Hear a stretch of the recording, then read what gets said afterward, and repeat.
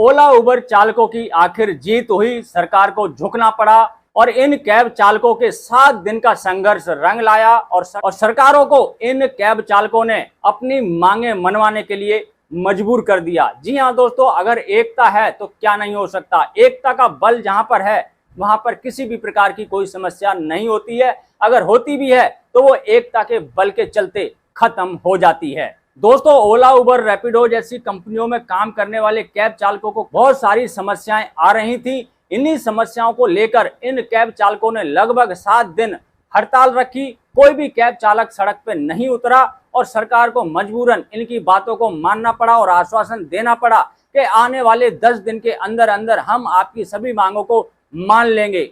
और कैब चालकों ने यह आश्वासन सुनकर अपनी हड़ताल को खत्म किया और रोड पर उतर गए। लेकिन कैब चालकों ने सरकार को यह चेतावनी दे दी है कि अगर 10 दिन तक हमारी मांगों को नहीं माना गया तो हम आगे की रणनीति तैयार करेंगे। तो आइए दोस्तों जान लेते हैं इनकी क्या क्या मांगे थी जो सरकार मान नहीं रही थी। तो वीडियो में आगे बढ़ने से पहले दोस्तों बस छोटी सी आपसे रिक्वेस्ट है, चैनल पर अगर आप पहली बार आए हैं या फिर चैनल को अभी तक सब्सक्राइब नहीं किया है तो सब्सक्राइब करके बेल आइकन जरूर दबा दें। और अगर आप हमें फेसबुक पे देख रहे हैं तो हमारे फेसबुक पेज को ही फॉलो जरूर कर लें, क्योंकि दोस्तों हमारे चैनल पर हमेशा ट्रांसपोर्ट से जुड़ी, आरटीओ से जुड़ी, ट्रैफिक डिपार्टमेंट से जुड़ी समस्त प्रकार की जानकारी सही और सटीक टाइम पर मिलती है।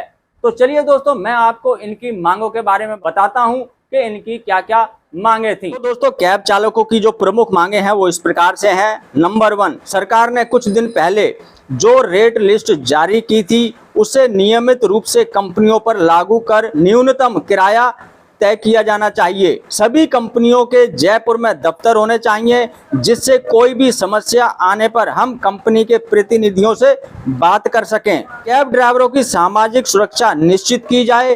5 से 6 कैब ड्राइवरों की हत्या हो चुकी है, उनके लिए कंपनी ने मुआवजे का कोई प्रावधान नहीं किया है।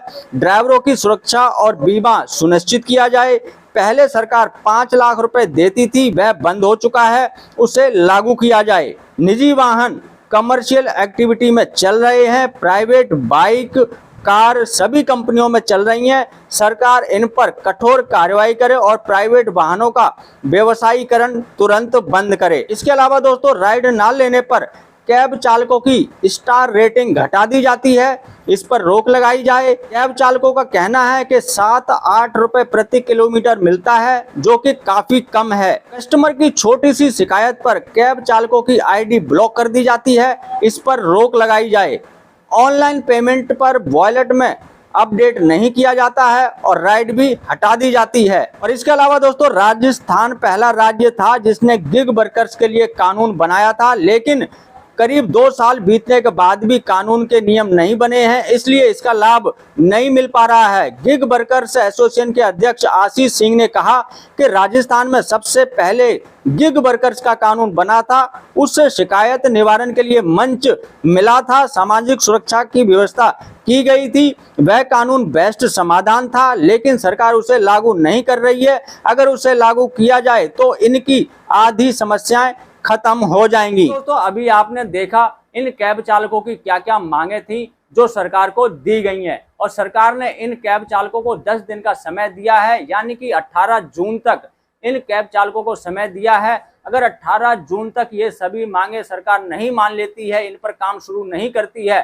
तो मजबूरन इन कैब चालकों को दोबारा से हड़ताल करनी पड़ेगी। और अब जो हड़ताल होगी वो 1, 2, 4 या 1 हफ्ते की नहीं, ये अनिश्चितकालीन हड़ताल हो सकती है। तो 7 दिन का संघर्ष करने के बाद जो कैब चालकों को ये जीत प्राप्त हुई है, हम इसे पूरी जीत तो नहीं कहेंगे, अभी अधूरी जीत है। जब तक सरकार इनकी मांगों को मान नहीं लेती है तब तक हम इसको जीत नहीं कह सकते हैं। लेकिन विश्वास पूरा है कि सरकार को अब एकता की ताकत पता चल चुकी होगी, यानी कि ड्राइवरों में कितनी एकता है इसका एहसास सरकार को हो चुका होगा और सरकार को ये सारी मांगे माननी ही पड़ेंगी। अगर नहीं मानती है तो शहर के अंदर परिवहन व्यवस्था चरमरा जाएगी।